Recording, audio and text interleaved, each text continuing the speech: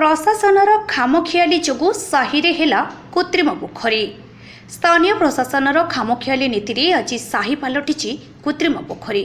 एभली दृश्य गंजाम जिला बुगुड़ा नाकर 6 नंबर वार्ड हरिशरणपुर गाँवर गौड़ साहि देखा मिली। हरिशरणपुर गौड़ साहि ड्रेन नथिबा जोगु लोके नाही नथिबा असुविधार सम्मुखीन हेउथिले। एने बुगुड़ा नाक प्रशासन तथा पूर्वतन विधायक श्रीकांत साहू को साही बासिंदा बारंबार अभियोग करथिले। एहा परे निर्माण होइथिला ड्रेन। लक्ष लक्ष टंका व्यय ड्रेन निर्माण करगला, किंतु नाक प्रशासन किंबा कोनोसी कर्मचारी उपस्थित न रही ठेकादार कार्य आरंभ एवं शेष मध्य करिले।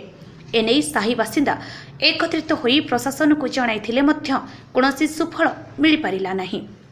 ठेकादार एवं प्रशासन मधुचंद्रिकार कार्य करिथिबा हेतु आज गौड़ साही एक कृत्रिम पोखरी पलटिछि, जहाँफल स्थानीय जन असंतोष देखा मिली। गंजाम जिलूर अजित कुमार पट्टनायक रिपोर्ट अपराह्न लाइव।